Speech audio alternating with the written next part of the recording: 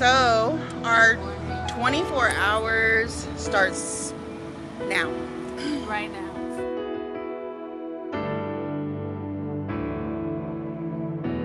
Found him sleeping in a blanket in the bushes, his grocery basket by his bed. He seemed so happy with the food we found to give him. You guys say you was covered. Yeah, you is what he said. I wasn't a stranger to the homelessness surrounding me, but this man grabbed my heart somehow. I thought I'd ride in on my big white horse and rescue him, but if I knew then what I know now. I mean, be homeless and play the part as make things as they can make yourself look like the things that are not as though they were. Maybe they'll have a chance. But I wouldn't have had that second thought on giving money to the mission. I wouldn't have squandered all those chances to volunteer at the kitchen. I wouldn't have tried to hold on to that little change in my pocket, but I didn't know it was such a long walk from the street. It's really difficult and hard to actually live out here. We've only been here 2 hours, so it's just, I don't know, it's heartbreaking. It's really heartbreaking. But we did get to that. I am homeless, I am human, and I'm not invisible. Picked him up that Wednesday morning from our meeting place. I thought one day would change his life. Drove around from agency to service center thinking somebody's gotta help me save this guy.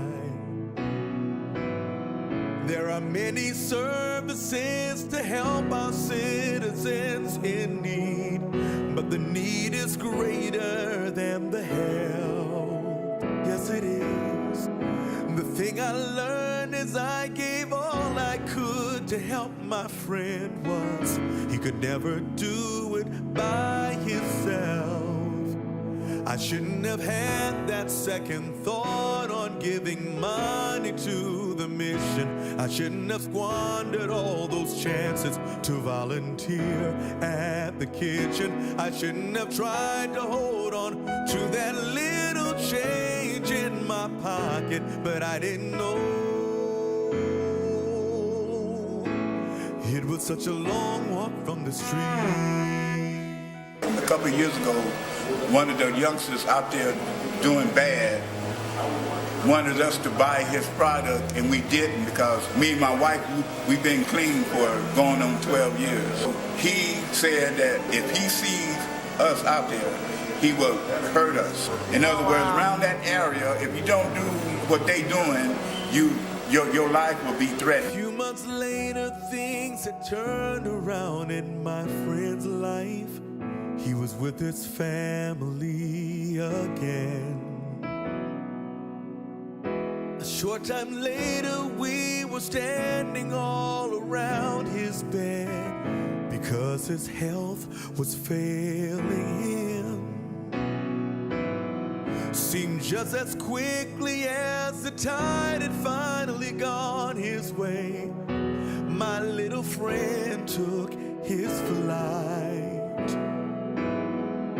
And if I did one thing to help him see some better days, in 100 ways he changed my life. How you feeling? This is how many hours you've been out here now?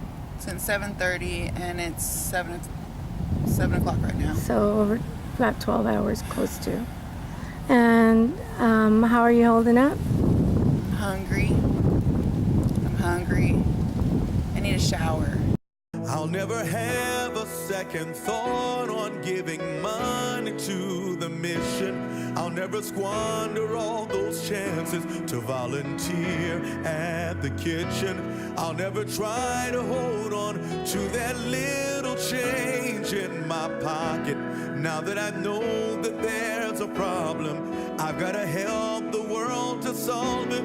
I've got to reach out to that little troubled kid on my corner. I've got to let that angry girl know that there's someone here who loves her. It's sad. It's sad because I'm looking at the palette from here, and I feel like I'm gonna be able to put that up and go home, but they're gonna be out here tomorrow and the next night, the next night.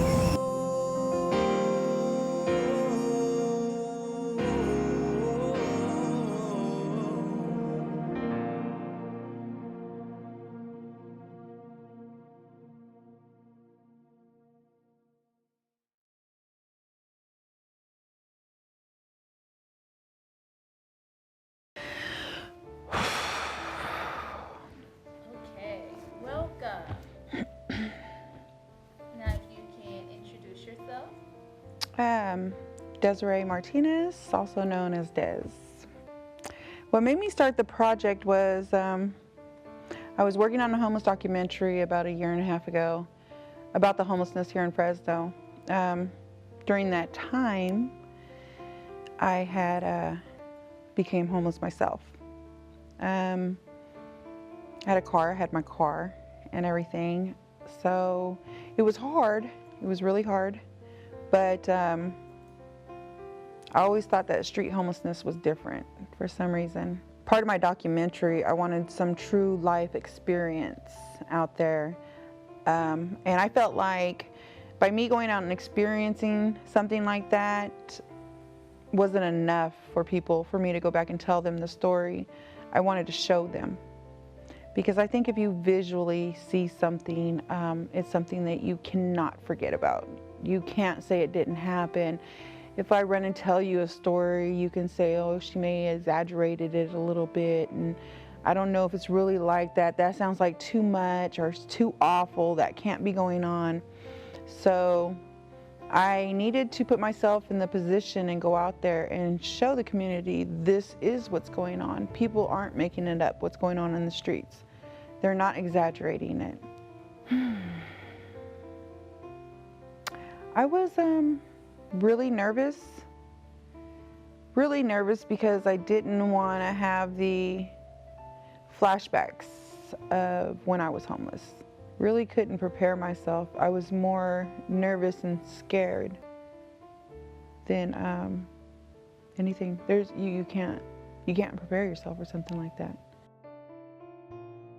The most terrified time, I would say, would be probably about 3:30 in the morning. I think 3:30 in the morning.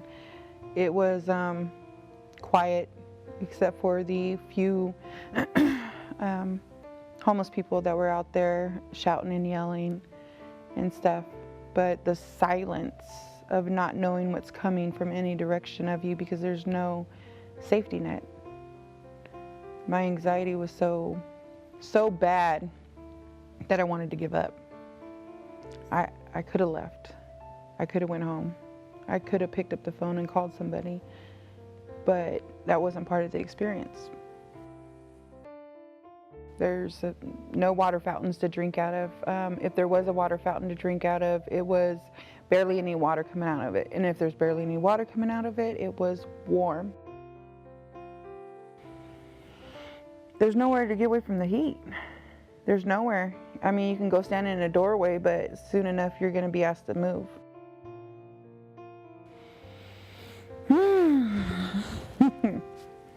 The Paparello house.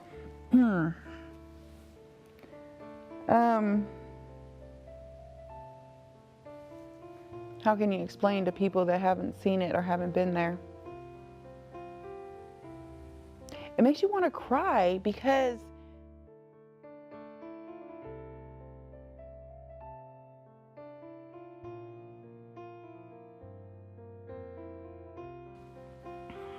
It breaks you down just to walk past the gates.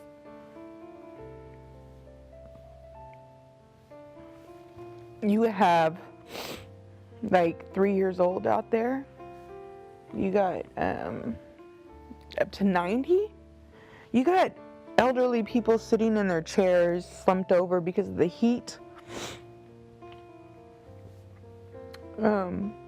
You got little kids walking around looking at people like it's normal. You have the mentally disabled people out there that don't need to be out there walking around, talking to themselves, hitting themselves on the head, shouting at other people. So you have that fear and the anxiety of what's going to happen when I walk past this gate. It was like a cattle call when it came time to eat. All you heard was a bell ring and line up, line up, line up. It was like a cattle call.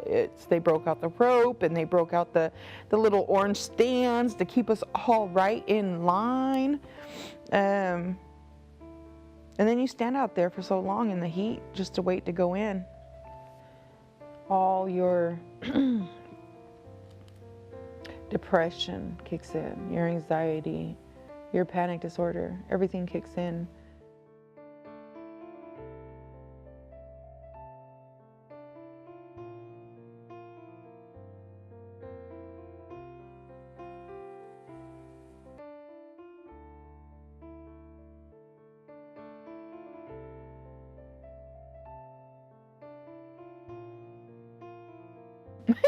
Yeah, the bathroom.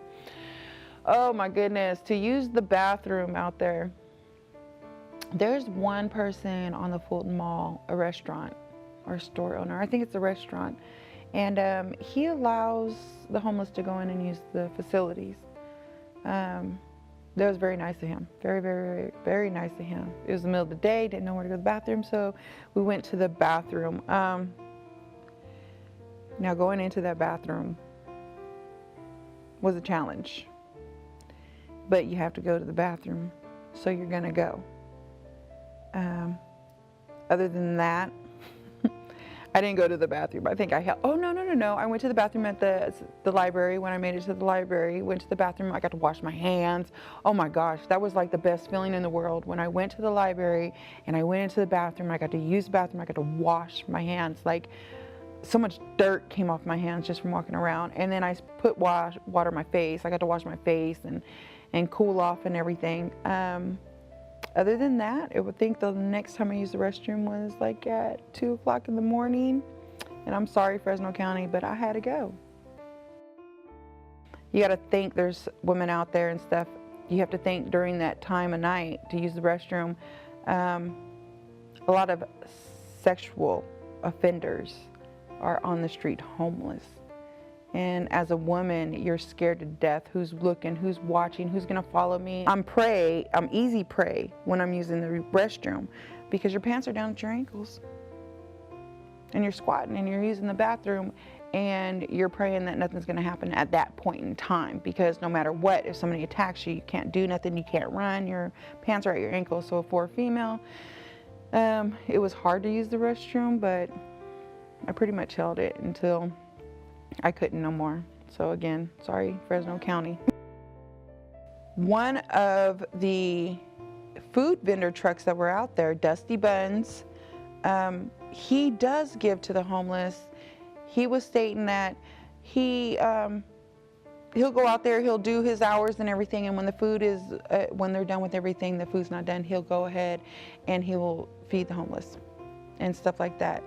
The donut house, you can go to the donut house and you can get a cup of ice for 25 cents. They let you go in there and cool off. Also during the day, they do not run you off, regardless if you want something to eat or not. They have a TV in there, they have AC, and they don't run you out.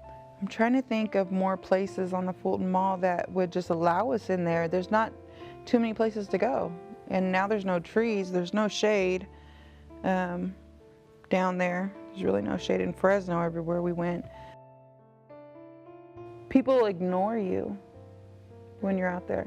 People don't recognize you. They don't react to you. You're invisible. You're totally invisible. Matter of fact, while we were out there, I got to the point to where I was so hungry and thirsty. I had seen a mutual friend, and when he was walking up, I was like, forget it, I quit. I'm gonna give in. I'm gonna get money from this person because I'm hungry, I'm thirsty. Like, I feel like I'm gonna pass out. I feel nauseous. The closer he got to me, myself and Maisha started asking him for money. And the closer he got, the more he put his head down. And we kept on saying, sir, can you have some money? Do you have some money? And he just walked by and totally ignored us both. And he said, waved his hand at us and said, I'm in a hurry, I'm in a hurry. I don't have anything. I turned around at him and I said, how dare you? You're never gonna come in my house again. And then that's when he realized, and he turned around and he seen who I was, and he just flipped out. He was like, oh my gosh, Des, oh my gosh, I'm so sorry, here you go, you need change? I'm like, no, I don't need it anymore. You just proved my point. Everybody out there in the world treats homeless people like they're invisible, and they're not. And I had the first-hand experience of what it felt like to have somebody in my life ignore me because all they seen was a basket, some plastic bottles, and a sleeping bag. And they didn't look up to see who it was pushing it. And that's the whole point of starting the documentary in the first place. We slept on the concrete. I really thought I was gonna get to sleep on the grass. But when we were told we couldn't sleep on the grass because the city turns on the water at night, even though we're in a drought, slept on the concrete right there at the good old State of California building. Thank you, State of California.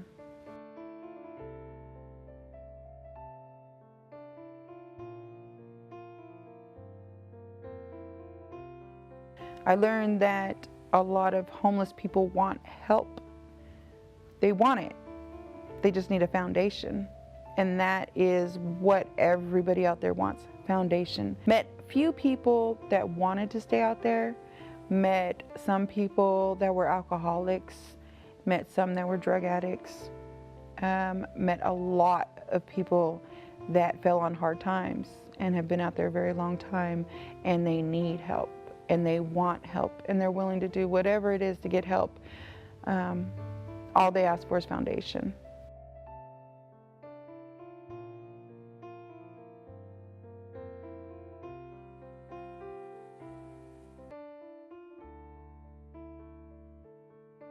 Because of my 24-hour experience, I had started a Project H2O. Project H2O is basically getting donations from the community to go hand out water, purchase water, and go hand it out. That's the main thing I wanted out there, was water. And something as so simple as water was the hardest thing to get. Go follow Homeless in Fresno, and that's where you'll find the Project H2O. And it's gonna be from July to August. And that's one thing that I'm doing right now. In the future, in the next couple months, that's when the community awareness fashion show is gonna come into play. And that's gonna be basically raising funds, sponsorships, however you wanna put it, to go out there and give back to the community, as in hygiene products and shoes. That's one of the things that they need desperately. Shoes, blankets, hygiene products. I'm gonna do as much as I'm gonna keep on shouting. As long as I'm here in Fresno, I'm gonna keep shouting for the homeless and to better our community. The overall vision for the homelessness in Fresno is to get housing. It's sad when homeless people do not want to go to the Poverello House or the Fresno Rescue Mission. And that's one of the things that I found out there in my experience, was why they didn't want to go. And I think that's one of the things that the mayor of Fresno needs to really look at. You have 2 shelters in Fresno, and for some reason, the homeless do not want to go there. There's something wrong. The mayor that we have is full of crap. She's not for the people, she's only for her hairdresser appointment and her things out of town. Her facials and all the rest of that stuff. She don't care about the public. If she did, she would have made that shelter with the money that they gave her for it. Thousands, billions of dollars. And it don't even take $1,000 to make a shelter, because we got people right around here that need jobs building, that work good with their hands, that's got license to build, to lay concrete, cement, everything, do sheetrock. It don't even take $1,000 to make a shelter. And our mayor, that you ladies and gentlemen voted for, because I don't vote, I don't see no reason to vote, because they don't never change anything except for the higher, the richer. They forget about the poor and needy. And then she tried to uproot all of us. We had settled in here, and on 8th Street and E Street, we kept the place clean. They put porta potties out here. I'm telling you, I've been out here for 30 years. 10 over there, 10 around the corner, 10 over there, and 10 here. Nobody's helped me do anything. I'm not on SSI. I don't get Social Security. I don't get AFDC. I don't get food stamps. Not because of my age, because I have a criminal background. But I helped this community. For 5 years, I lived over there across the street in front of the Paparilla. My tent was made out of wool blankets and shopping carts. Now they done took the shopping carts from us, making it harder and harder for us to survive out here. Instead of helping us, she's been hindering us. And God knows that our time is going to come. God bless you, and thank you for hearing what I have to say. My name is Beverly. I don't think voting has anything to do with the poverty. I think it takes the commitment of the community to come together and care about their own city. And part of the community is the mayor and the city council and all them. I think we want answers, not politic answers. I think we want real, true answers. How can you let your city crumble in front of your eyes? Pisses you off. It makes you mad. It makes you angry. It makes you want to just take 1,000 homeless people and go sleep on the city hall lawn, sleep on the mayor's doorstep, sleep in their neighborhood, their backyard, their alley. Like, wake up. Wake up and take care of your city. Like, wake up and take care of your community. Why are you sitting in that chair?